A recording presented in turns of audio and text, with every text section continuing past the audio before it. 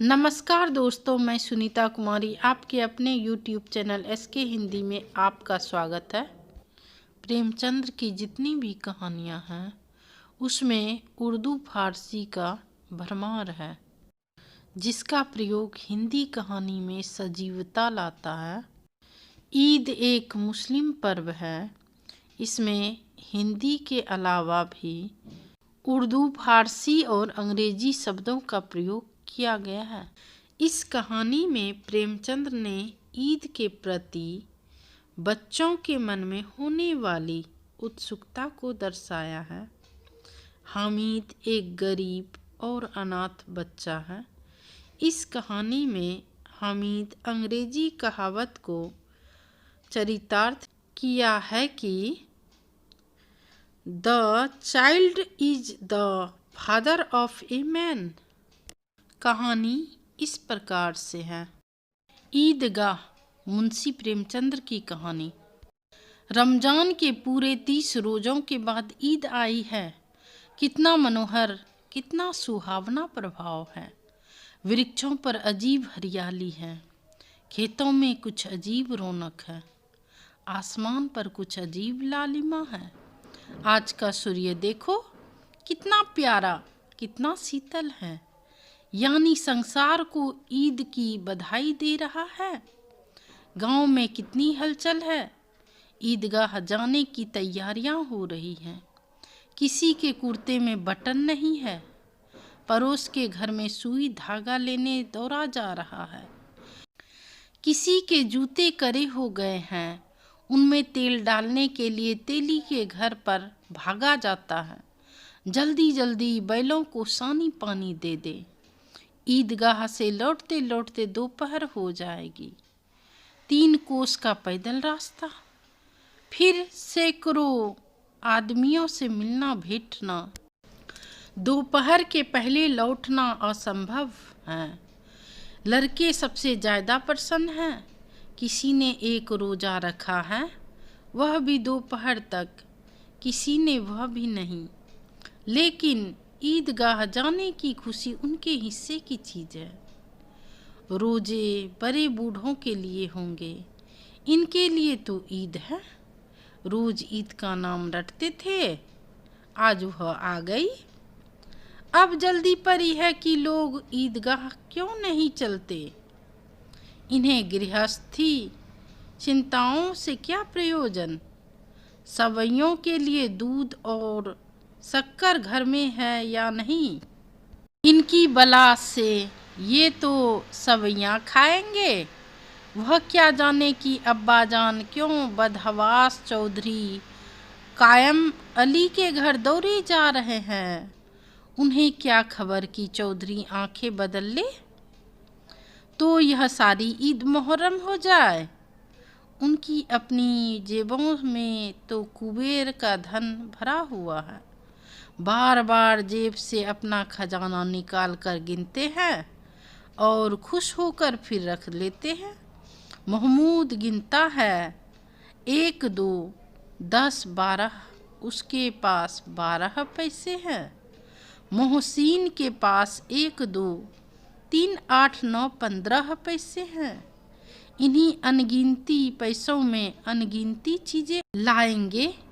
खिलौने, मिठाइयाँ, बिगुल, गेंद और जाने क्या क्या। और सबसे ज़्यादा प्रसन्न है हामिद।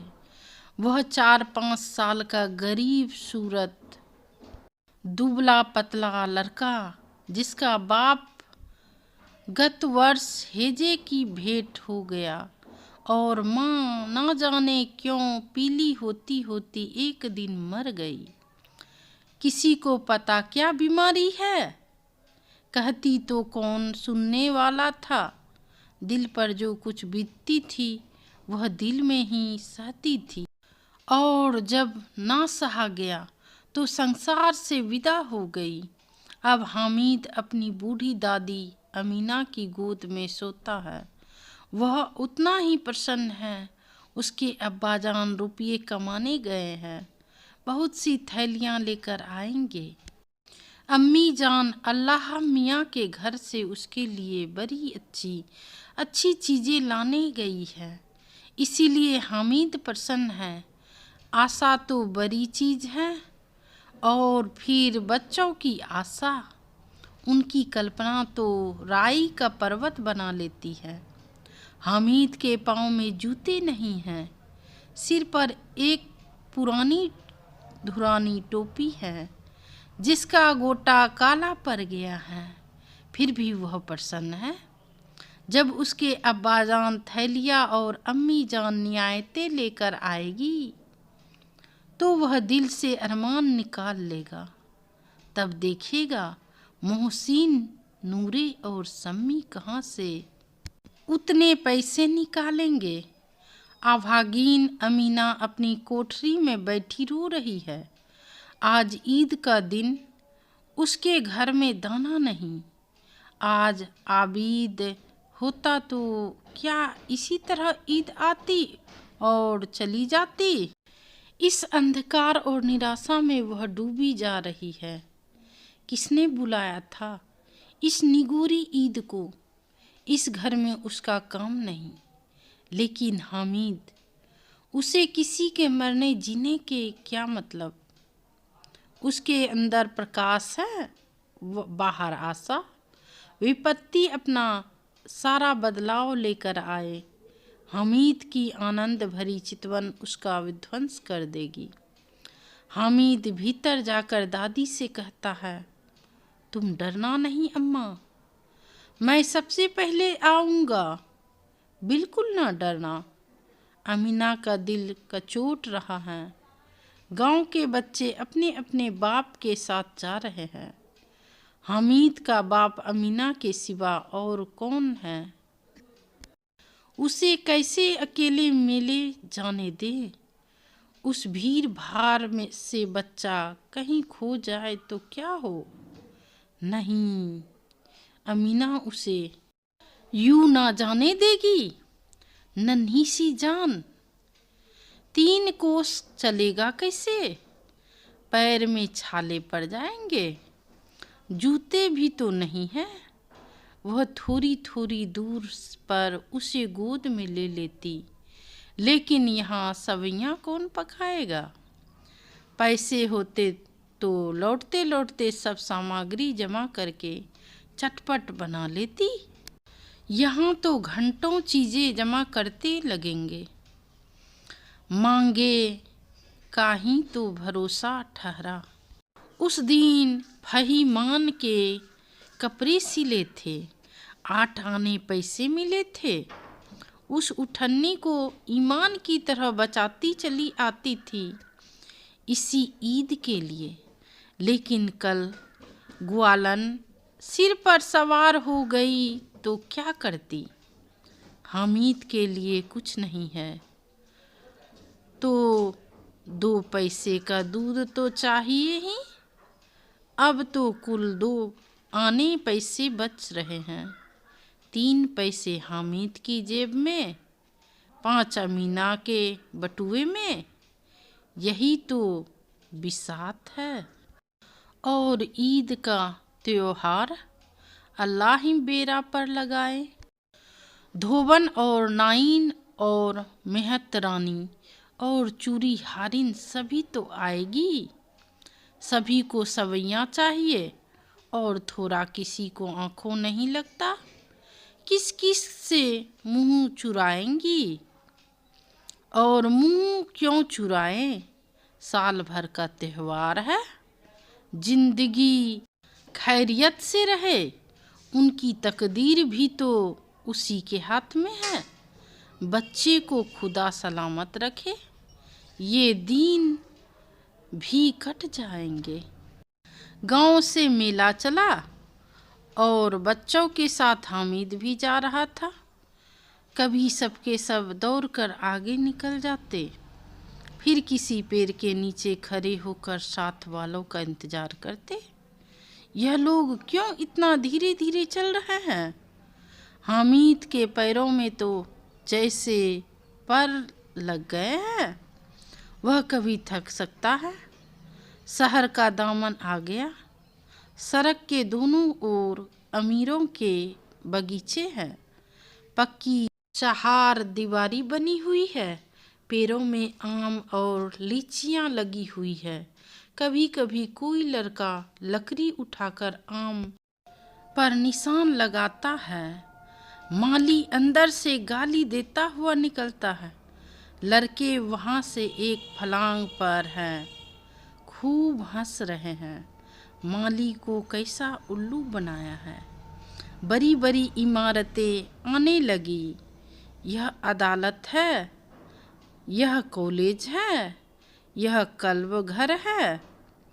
इतने बड़े कॉलेज में कितने लड़के पढ़ते होंगे?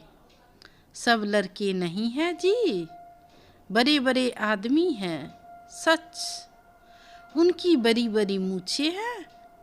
इतने बड़े हो गए, अभी तक पढ़ने जाते हैं। ना जाने कब तक पढ़ेंगे और क्या करेंगे। इतना पढ़कर हामिद के मदरसे में 2-3 बड़े बड़े लड़के हैं, बिल्कुल 3 कोरी के। रोज मार खाते हैं, काम से जी चुराने वाले। इस जगह भी उसी तरह के लोग होंगे। और क्या क्लब घर में जादू होता है? सुना है यहाँ मुर्दों की खोपड़ियाँ दौड़ती है और बड़े बड़े तमाशे होते हैं, पर किसी को अंदर नहीं जाने देते। और वहाँ शाम को साहब लोग खेलते हैं, बड़े बड़े आदमी खेलते हैं, मूंछों दाढ़ी वाले। और मेमे भी खेलती हैं। सच, हमारी अम्मा को यह दे दो। क्या नाम है? बैट तो उसे पकड़ ही ना सके, घुमाते ही लुढ़क जाए। महमूद ने कहा। हमारी अम्मी जान का तो हाथ कांपने लगे। अल्लाह कसम। मोहसिन बोल, चलो, मानो आटा पीस डालती है। जरा सा बैट पकड़ लेगी तो हाथ कांपने लगेंगे। सैकड़ों घरे पानी रोज निकालती है। 5 घरे तो तेरी भैंस पी जाती है। किसी मैम को 1 घड़ा पानी भरना पड़े तो आँखों तक अंधेरी आ जाए। महमूद, लेकिन दौड़ती तो नहीं, उछल कूद तो नहीं सकती? मोहसिन, हाँ, उछल कूद तो नहीं सकती, लेकिन उस दिन मेरी गाय खुल गई थी और चौधरी के खेत में जा पड़ी थी। अम्मा इतना तेज दौड़ी कि मैं उन्हें ना पा सका। सच। आगे चले। हलवाइयों की दुकानें शुरू हुई। आज खूब सजी हुई थी। इतनी मिठाइयाँ कौन खाता? देखो ना, एक एक दुकान पर मानो होगी। सुना है रात को जिन्नात आकर खरीद ले जाते हैं। अब्बा कहते थे कि आधी रात को एक आदमी हर दुकान पर जाता है और जितना माल बचा होता है वह तुलवा लेता है और सचमुच के रुपये देता है। बिल्कुल ऐसे ही रुपये। हामिद को यकीन ना आया। ऐसे रुपये जिन्नात को कहाँ से मिल जाएगी? मोहसिन ने कहा, जिन्नात को रुपये की क्या कमी? जिस खजाने में चाहे चले जाए, लोहे के दरवाजे तक उन्हें नहीं रोक सकते। जनाब, आप हैं किस फिर में? हीरे जवाहरात तक उनके पास रहते हैं। जिससे खुश हो जाए उसे टोकरों जवाहरात दे दिए। अभी यही बैठे हैं, 5 मिनट में कलकत्ता पहुंच जाए। हामिद ने फिर पूछा, जिन्नात बहुत बड़े बड़े होते हैं? मोहसिन, एक एक सिर आसमान के बराबर होता है। जी, जमीन पर खड़ा हो जाए तो उसका सिर आसमान जा लगे, मगर चाहे तो एक लोटे में घुस जाए। हामिद, लोग उन्हें कैसे खुश करते होंगे? कोई मुझे यह मंत्र बता दे तो एक जिन को खुश कर लो। मोहसिन, अब यह तो ना जानता, लेकिन चौधरी साहब के काबू में बहुत से जिन्नात हैं। कोई चीज़ चोरी जाए, चौधरी साहब उसका पता लगा देंगे और चोर का नाम बता देंगे। जुमराती का बछुआ उस दिन खो गया था। 3 दिन हैरान हुए, कहीं ना मिला। तब झक मार कर चौधरी के पास गए।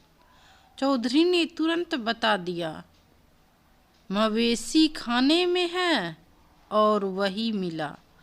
जिन्नात आकर उन्हें सारे जहान की खबर दे जाते हैं। अब उसकी समझ में आ गया कि चौधरी के पास क्यों इतना धन है और क्यों उनका इतना सम्मान है। आगे चले, पुलिस लाइन है, यही सब कांस्टेबल कवायद करते हैं। रिटर्न फायफो रात को बेचारे घूम घूम कर पहरा देते हैं, नहीं चोरियां हो जाए। मोहसिन ने प्रतिवाद किया, यह कांस्टेबल पहरा देते हैं, तभी तुम बहुत जानते हो। अजी हजरत, यह चोरी करते हैं। शहर के जितने चोर डाकू हैं, सब इनसे मोहल्ले में जाकर जाते रहो, पुकारते हैं, तभी इन लोगों के पास इतने रुपये आते हैं। मेरे मामू एक थाने में कांस्टेबल हैं, बरस रुपया महीना पाते हैं, लेकिन 50 रुपये घर भेजते हैं। अल्लाह कसम, मैंने एक बार पूछा था कि मामू आप इतने रुपये कहाँ से पाते हैं? हंसकर कहने लगे, बेटा अल्लाह देता है। फिर आप ही बोले, हम लोग चाहे तो एक दिन में लाखों मार लाएं, हम तो इतना ही लेते हैं जिसमें अपनी बदनामी ना हो और नौकरी ना चली जाए।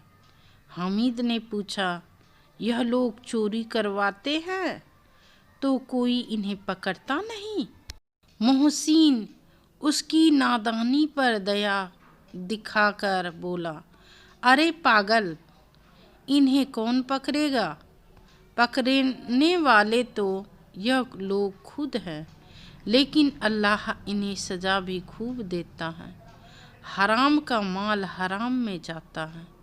थोड़े ही दिन हुए, मामू के घर में आग लग गई। सारी लेई पूंजी जल गई, एक बर्तन तक ना बचा। कई दिन पेड़ के नीचे सोए। अल्लाह कसम, पेड़ के नीचे। फिरन जाने कहाँ से 100 कर्ज लाए तो बर्तन भारे आए। हामिद, 100 तो 50 से ज़्यादा होते हैं। कहा, 50 कहाँ 100? 50 एक थैली भर होती है, 100 तो 2 थैलियों में भी ना आए। अब बस्ती घनी होने लगी।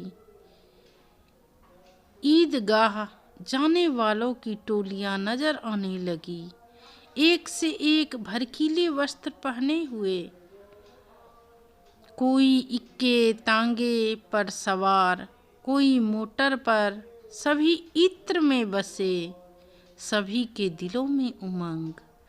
ग्रामीणों का यह छोटा सा दल अपनी विपन्नता से बेखबर संतोष और धैर्य में मग्न चला जा रहा था। बच्चों के लिए नगर की सभी चीज़ें अनोखी थी। जिस चीज़ की ओर ताकते ही रह जाते और पीछे से आर्न की आवाज़ होने पर भी ना चेतते। हामिद तो मोटर के नीचे जाते जाते बचा। सहसा ईदगाह नजर आई।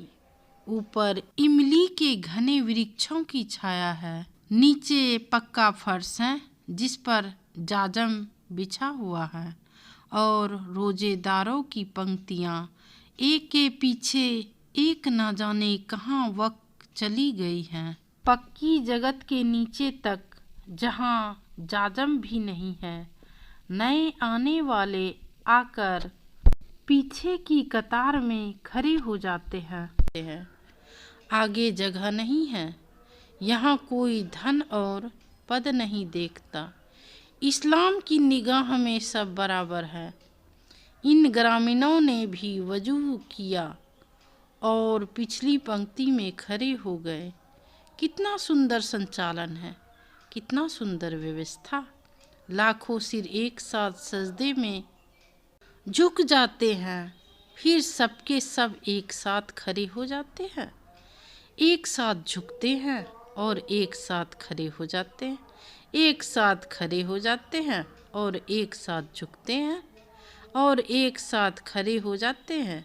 कई बार यही क्रिया होती है, जैसे बिजली की लाखों बत्तियां एक साथ प्रदीप्त हो और एक साथ बुझ जाए, और यही क्रम चलता रहे। दोस्तों, यहाँ ग्रम नहीं क्रम होगा। कितना अपूर्व दृश्य है जिसकी सामूहिक क्रियाएं विस्तार और अनंतता हृदय को श्रद्धा, गर्व और आत्मानंद से भर देती थी। मानो भ्रातृत्व का एक सूत्र इन समस्त आत्माओं को एक लड़ी में पिरोए हुए हैं। नमाज खत्म हो गई, लोग आपस में गले मिल रहे हैं।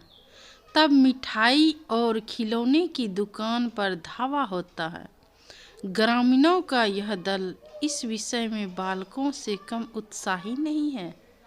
यह देखो, हिंडोला है, 1 पैसा देकर चढ़ जाओ, कभी आसमान पर जाते हुए मालूम होंगे, कभी जमीन पर गिरते हुए। यह चरखी है, लकड़ी के हाथी, घोड़े, ऊंट छरों में लटके हुए हैं। 1 पैसा देकर बैठ जाओ और 25 चक्करों का मजा लो। महमूद और मोहसिन और नूरे और सम्मी इन घोड़ों और ऊंटों पर बैठते हैं। हामिद दूर खड़ा है, 3 पैसे ही तो उसके पास है। अपने कोष का 1/3 जरा सा चक्कर खाने के लिए नहीं दे सकता।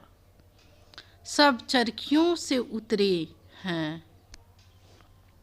अब खिलौने लगे, अधर दुकानों की कतार लगी हुई है। तरह तरह के खिलौने हैं, सिपाही और गुड़िया, राज और वकी, भिस्ती और धोबिन और साधु। वह कत्ते सुंदर खिलौने हैं, अब बोला ही चाहते हैं। महमूद सिपाही लेता है, खाकी वर्दी और लाल पगड़ी वाला, कंधे पर बंदूक रखे हुए। मालूम होता है अभी कवायद किए चला आ रहा है। मोहसिन को भिस्ती पसंद आया, कमर झुकी हुई है, ऊपर मशक रखे हुए, मशक का मुंह एक साथ से पकड़े हुए हैं। कितना प्रसन्न है, शायद कोई गीत गा रहा है। बस मस्क से पानी अरेला ही चाहता है। नूरे को वकील से प्रेम है, कैसी विधाता है उसके मुख पर काला चोगा, नीचे सफ़ेद अचकन, अचकन के सामने की जेब में घड़ी, सुनहरी जंजीर, एक हाथ में कानून का पोथा लिए हुए। मालूम होता है अभी किसी अदालत से जिरा या बहस किए चले आ रहे हैं। यह सब दो पैसे के खिलौने हैं।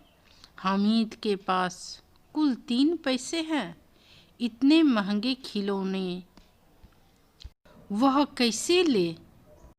खिलौना कहीं हाथ से छूट पड़े तो चूर चूर हो जाए, जरा पानी पड़े तो सारा रंग घुल जाए।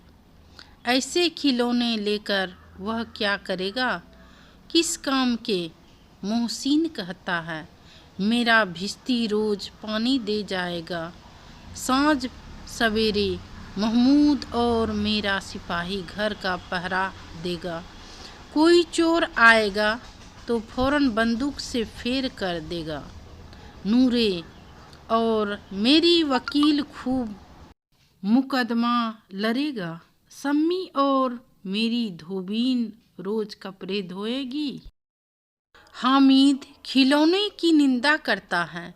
मिट्टी ही के तो हैं, गिरे तो चकनाचूर हो जाए।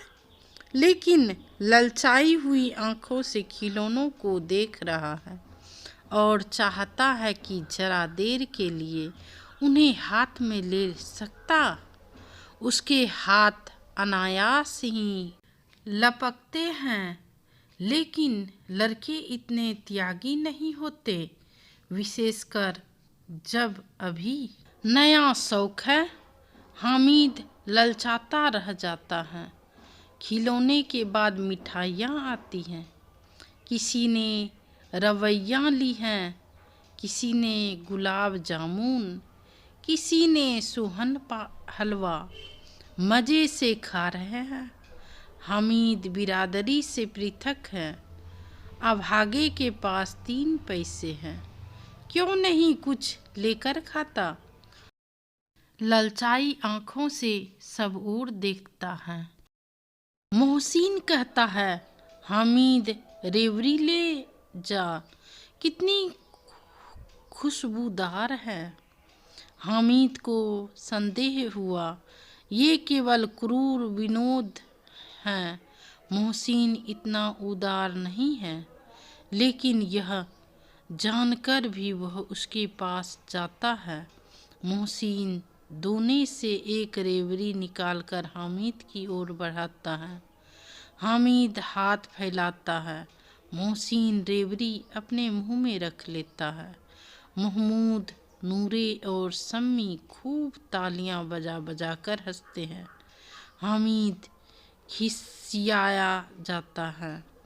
मोहसिन अच्छा अब की ज़रूर देंगे हामिद, अल्लाह कसम ले जा। हामिद रखे रहो, क्या मेरे पास पैसे नहीं हैं? सम्मी 3 ही पैसे तो है, 3 पैसे में क्या क्या लोगे? महमूद हमसे गुलाब जामुन ले जाओ। हामिद मोहमीन बदमाश है।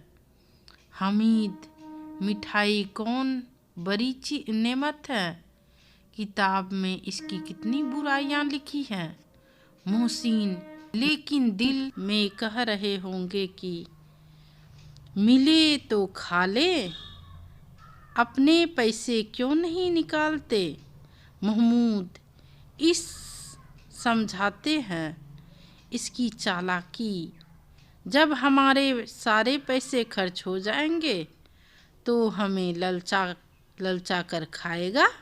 मिठाइयों के बाद कुछ दुकानें लोहे की चीज़ों की, कुछ गिलट और कुछ नकली गहनों की।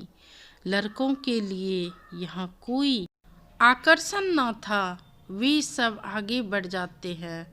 हामिद लोहे की दुकान पर रुक जाते हैं। कई चिमटे रखे हुए थे। उसे ख्याल आया दादी के पास चिमटा नहीं है। तवे से रोटियां उतारती हैं तो हाथ जल जाता है। अगर वह चिमटा ले जाकर दादी को दे दे तो वह कितना प्रसन्न होगी। फिर उनकी उंगलियां कभी ना जलेगी। घर में एक काम की चीज़ हो जाएगी। खिलौने से क्या फ़ायदा, व्यर्थ में पैसे खराब होते हैं। जरा देर ही तो खुशी होती है, फिर तो खिलौने को कोई आंख उठाकर नहीं देखता। यह तो घर पहुँचते पहुँचते टूट फूट बराबर हो जाएंगे। चिमटा कितने काम की चीज़ है। रोटियां तवे से उतार लो, चूल्हे में सेक लो। कोई आग मांगने आए तो चटपट चूल्हे से आग निकालकर उसे दे दो। अम्मा बेचारी हो, कहाँ फुर्सत है कि बाजार आए, और इतने पैसे ही कहाँ मिलते हैं, रोज हाथ चला लेती हैं। हामिद के साथी आगे बढ़ गए हैं। सबील पर सबके सब शरबत पी रहे हैं। देखो सब कितने लालची हैं।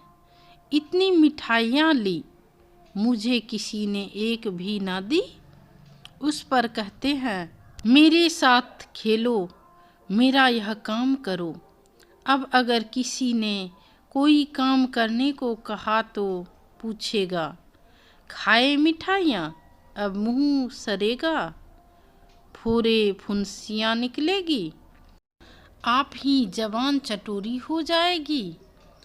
तब घर से पैसे चुराएंगे और मार खाएंगे। किताब में झूठी बातें थोड़े ही लिखी है। मेरी जवान क्यों खराब होगी। अम्मा चिमटा देखते ही दौड़कर मेरे हाथ से ले लेगी और कहेगी, मेरा बच्चा अम्मा के लिए चिमटा लाया है, कितना अच्छा लड़का है। इन लोगों के खिलौने पर कौन इन्हें दुआएं देगा। बड़ों का दुआएं सीधे अल्लाह के दरबार में पहुंचती हैं और तुरंत सुनी जाती हैं। मैं भी इनसे मिजाज क्यों सहूं। मैं गरीब सही, किसी से कुछ मांगने तो नहीं जाते। आखिर अब्बाजान कभी न कभी आएंगे, अम्मा भी आएगी ही। फिर इन लोगों से पूछूंगा, कितने खिलौने लोगे।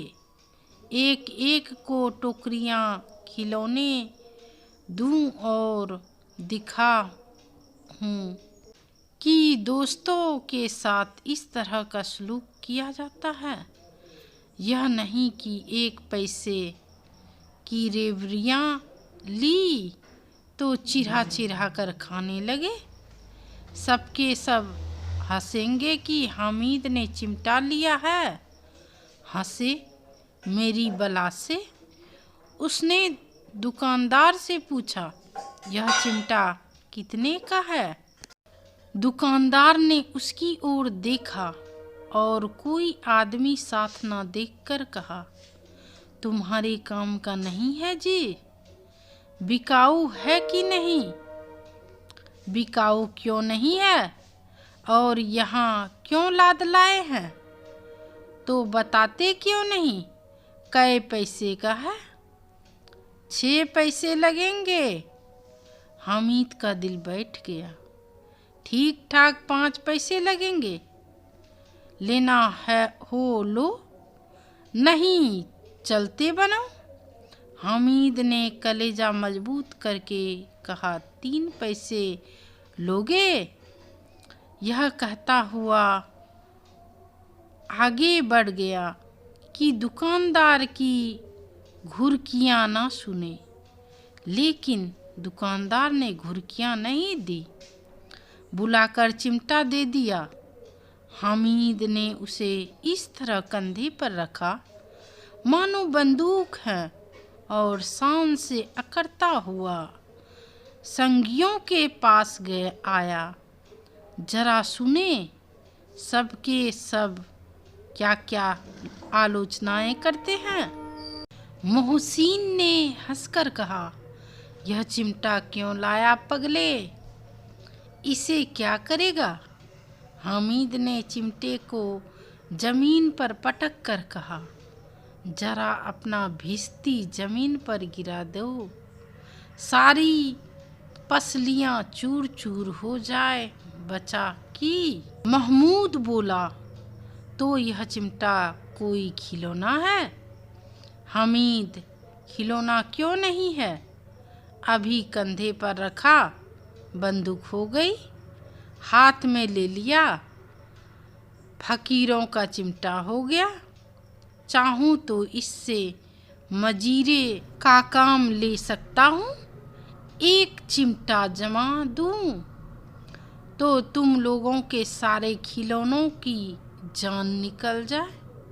तुम्हारे खिलौने कितना ही जोर लगाए, मेरे चिमटे का बाल भी बांका नहीं कर सकते। मेरा बहादुर शेर है चिमटा। सम्मी ने खजरी ली थी, प्रभावित होकर बोला, मेरी खजरी से बदलोगे? 2 आने की है। हामिद ने खजरी की ओर उपेक्षा से देखा। मेरा चिमटा चाहे तो तुम्हारी खजरी का पेट फाड़ डाले। बस एक चमड़े की झिल्ली लगा दी, डब डब बोलने लगी, जरा सा पानी लग जाए तो खत्म हो जाए। मेरा बहादुर चिमटा आग में, पानी में, आंधी में, तूफान में बराबर डटा खड़ा रहेगा। चिमटे ने सभी को मोहित कर लिया। अब पैसे किसके पास धरे हैं, फिर मेले से दूर निकल आए हैं। 9 कब के बज गए, धूप तेज हो रही है, घर पहुंचने की जल्दी हो रही है। बाप से जिद भी करें तो चिमटा नहीं मिल सकता। हामिद है बड़ा चालाक, इसीलिए बदमाश ने अपने पैसे बचा रखे थे। अब बालकों के 2 दल हो गए हैं, मोहसिन, मोहम्मद, सम्मी और नूरे एक तरफ है, हामिद अकेला दूसरी तरफ। शास्त्रार्थ हो रहा है, सम्मी तो विधर्मी हो गया, दूसरे पक्ष से जा मिला। लेकिन मोहसिन, महमूद और नूरे भी हामिद से 1-1, 2-2 साल बड़े होने पर भी हामिद के आघातों से आतंकित हो उठे हैं।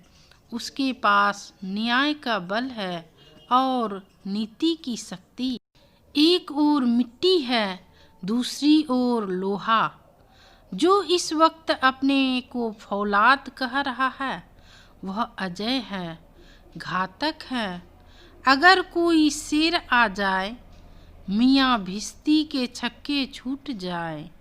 जो मियाँ सिपाही मिट्टी की बंदूक छोड़कर भागे, वकील साहब की नानी मर जाए, चोगे में मुंह छिपाकर जमीन पर लेट जाए, मगर यह चिमटा, यह बहादुर, यह रुश्ते में हिंद लपक कर शेर की गर्दन पर सवार हो जाएगा और उसकी आंखें निकाल लेगा। दोस्तों, हिंदी की छपाई में कुछ गलतियां हो गई है, आप मेरे शब्दों पर ध्यान देंगे। मोहसिन ने एड़ी चोटी का जोर लगाकर कहा, अच्छा पानी तो नहीं भर सकता। हामिद ने चिमटे को सीधा खड़ा करके कहा, भिश्ती को एक डांट बताएगा तो दौड़ा हुआ पानी लाकर उसके द्वार पर छिड़कने लगेगा। मोहसिन परास्त हो गया, पर महमूद ने कुमुक पहुंचाई। अगर बच्चा पकड़ जाए तो अदालत में बंधे बंधे फिरोगे, तब तो वकील साहब के पैरों परोगे। हामिद इस प्रबल तर्क का जवाब न दे सका। उसने पूछा, हमें पकड़ने कौन आएगा? नूरे ने अकर कर कहा, यह सिपाही बंदूक वाला। दोस्तों, यहाँ सिपाही बंदूक वाला नूरे के हाथ की गुड़िया है। हामिद ने मुंह चिराकर कहा, यह बेचारे, हम बहादुर रुस्तमे हिंद को पकड़ेंगे। अच्छा लाओ, अभी जरा कुश्ती हो जाए, इसकी सूरत देखकर दूर से भागेंगे। पकड़ेंगे क्या बेचारे? मोहसिन को एक नई चोट सूझ गई। तुम्हारे चिमटे का मुंह रोज आग में जलेगा। उसने समझा था कि हामिद लाजवाब हो जाएगा, लेकिन यह बात ना हुई। हामिद ने तुरंत जवाब दिया, आग में तो बहादुर ही कूदते हैं। जवान तुम्हारे यह वकील, सिपाही और भिश्ती लेडियों की तरह घर में घुस जाएंगे। आग में वह काम है जो यह रुस्तमे हिंद ही कर सकता है। दोस्तों, यह रुस्तमे हिंद चिमटी को बोला गया है। महमूद ने एक जोर लगाया, वकील साहब कुर्सी मेज पर बैठेंगे। तुम्हारा चिमटा तो बावर्ची खाने में जमीन पर पड़ा रहने के सिवा और क्या कर सकता है। इस तर्क ने सम्मी और नूरे को भी सजी कर दिया। कितने ठिकाने की बात कही है पट्टे ने। चिमटा बावर्ची खाने में पड़ा रहने के सिवा और क्या कर सकता है। हामिद को कोई फरकता हुआ जवाब ना सूझा तो उसने धांधली शुरू की, मेरा चिमटा बावर्ची खाने में नहीं रहेगा। वकील साहब कुर्सी पर बैठेंगे तो जाकर उन्हें ज़मीन पर पटक देगा और उनका कानून उनके पेट में डाल देगा। बात कुछ बनी नहीं, खाली गाली गलौज थी, लेकिन कानून को पेट में डालने वाली बात छा गई। ऐसी छा गई कि तीनों सुरमा मुंह ताकते रह गए, मानो कोई ढीलचा कान कौवा किसी गंदे वाले कान कौवे को काट गया हो। कानून मुंह से बाहर निकलने वाली चीज है, उसको पेट के अंदर डाल दिया जाना बेतुकी सी बात होने पर भी कुछ नयापन रखती है।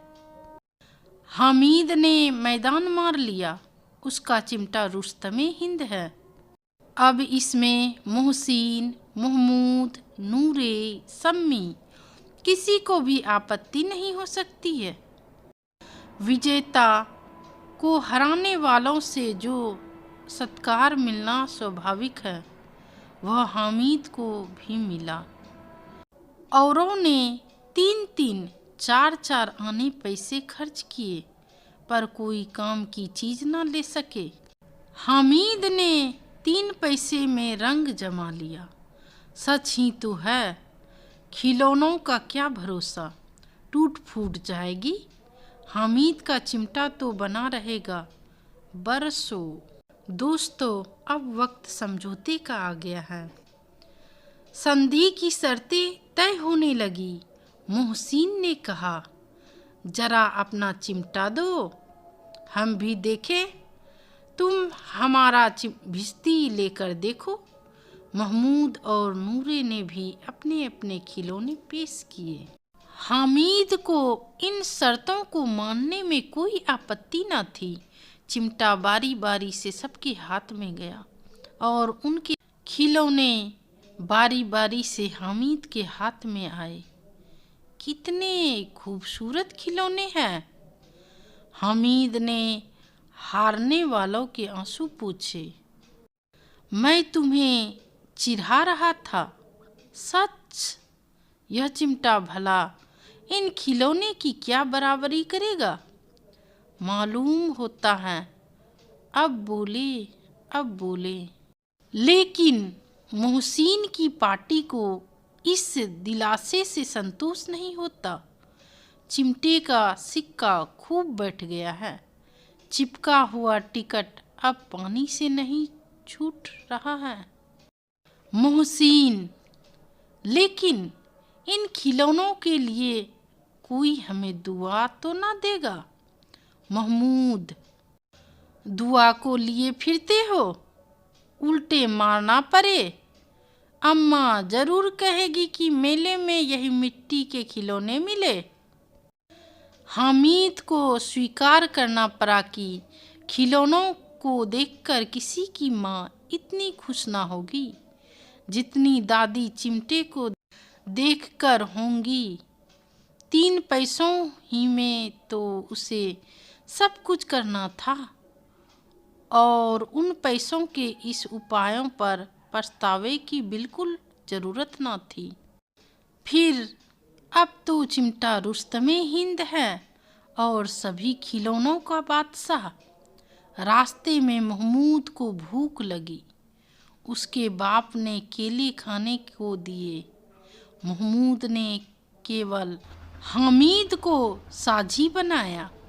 उसके अन्य मित्र मुंह ताकते रह गए। यह उस चिमटे का प्रसाद था। 11 बजे गांव में हलचल मच गई। मेले वाले आ गए।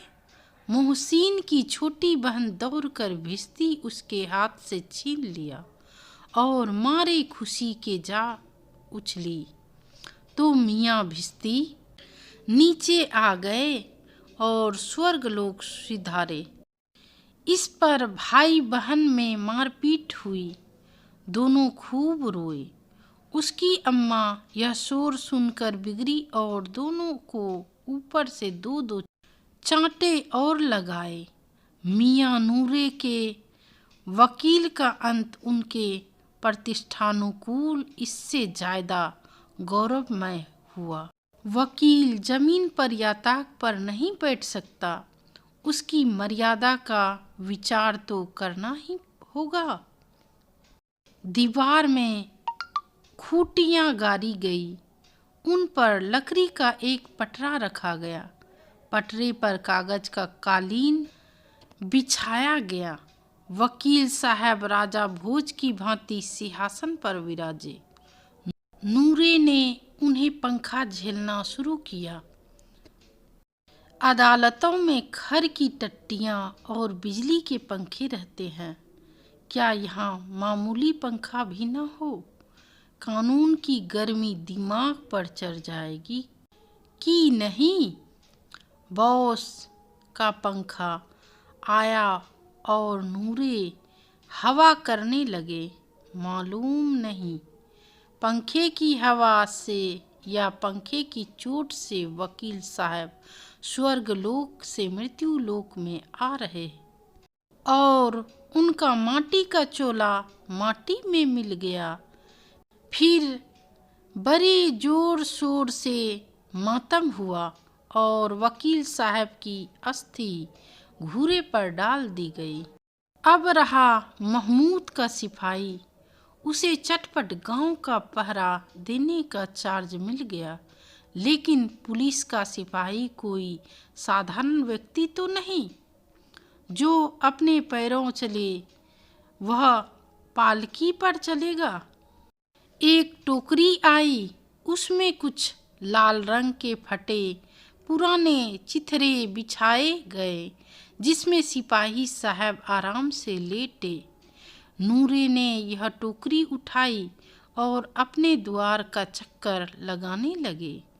उनके दोनों छोटे भाई सिपाही की तरह छोने वाले जागते लहो तुतलाकर पुकारते चलते हैं, मगर रात तो अंधेरी होनी चाहिए। नूरे को ठोकर लग जाती है। टोकरी उसके हाथ से छूटकर गिर जा पड़ती है और मियाँ सिपाही अपनी बंदूक लिए जमीन पर आ जाते हैं और उनकी एक टांग में विकार आ जाता है। महमूद को आज ज्ञात हुआ कि वह अच्छा डॉक्टर है। उसको ऐसा मरहम मिल गया है जिससे वह टूटी टांग को आनन फानन में जोड़ सकता है। केवल गुलर का दूध चाहिए। गुलर का दूध आता है। टांग जवाब दे देती है। शल्य क्रिया असफल हुई तब उसकी दूसरी टांग भी तोड़ दी जाती है। अब कम से कम एक जगह आराम से बैठ तो सकता है। एक टांग से तो ना चल सकता था, ना बैठ सकता था। अब वह सिपाही सन्यासी हो गया है, अपनी जगह पर बैठा बैठा पहरा देता है। कभी कभी देवता भी बन जाता है। उसके सिर पर का झालरदार साफा खुरच दिया गया। अब मियाँ हामिद का हाल सुनिए। अमीना उसकी आवाज़ सुनते ही दौड़ी और उसे गोद में उठाकर प्यार करने लगी। सहसा उसके हाथ में चिमटा देखकर वह चौंकी। यह चिमटा कहाँ था? मैंने मोल लिया है। कै पैसे में? 3 पैसे दिए। अमीना ने छाती पीट ली। यह कैसा बेसमझ लड़का है कि दोपहर हुआ, कुछ खाया ना पिया, लाया क्या? चिमटा। सारे मेले में तुझे और कोई चीज ना मिले जो यह लोहे का चिमटा उठा लाया? हामिद ने अपराधी भाव से कहा। तुम्हारी उंगलियां तवे से जल जाती थी, इसीलिए मैंने इसे लिया। बुढ़िया का क्रोध तुरंत स्नेह में बदल गया, और स्नेह भी वह नहीं जो प्रगल्भ होता है और अपनी सारी कसक शब्दों में बिखेर देता है। यह मुख स्नेह था, खूब ठोस, रस और स्वाद से भरा हुआ। बच्चे में कितना व्याग, कितना सद्भाव और कितना विवेक है। दूसरों को खिलौने लेते और मिठाई खाते देखकर उसका मन कितना ललचाया होगा। इतना जब्त इससे हुआ कैसे? वहाँ भी इसे अपनी बुढ़िया दादी की याद बनी रही। अमीना का मन गदगद हो गया। और अब एक बड़ी विचित्र बात हुई। हामिद के इस चिमटे से भी विचित्र। बच्चे हामिद ने बूढ़े हामिद का पार्ट खेला था। बुढ़िया अमीना बालिका अमीना बन गई। वह रोने लगी, दामन फैलाकर हामिद को दुआएं देती जाती थी और आंसू की बड़ी बड़ी बूंदें गिराती जाती थी। हामिद इसका रहस्य क्या समझता? दोस्तों, प्रेमचंद्र का यह ईदगाह कहानी का अंत अत्यंत ही मर्मस्पर्शी है। दोस्तों, यह कहानी यहीं पर समाप्त होता है। दोस्तों, इस कहानी का मुख्य उद्देश्य इस तथ्य की अभिव्यक्ति है कि गरीबी, लाचारी और बेबसी में बच्चे छोटी उम्र में ही परिपक्व हो जाते हैं। हामिद द्वारा अपनी इच्छाओं को जब्त करके अपनी बूढ़ी दादी माँ के लिए चिमटा खरीदना इसी तथ्य को प्रमाणित करता है। इसके अतिरिक्त माता पिता विहीन गरीब बच्चों की मनोदशा, उनके अभिशप्त जीवन, बुढ़ापे में बेसहारा औरत के लिए जीवन यापन की समस्या, समाज में व्याप्त आर्थिक विषमता, भ्रष्टाचार आदि समस्याओं का चित्रण करना भी प्रस्तुत कहानी के उद्देश्य कहे जा सकते हैं। दोस्तों, मेरे मेहनत का प्रतिफल आप लाइक सब्सक्राइब से दे सकते हैं। अपने दोस्तों के बीच इसे शेयर भी करेंगे। धन्यवाद।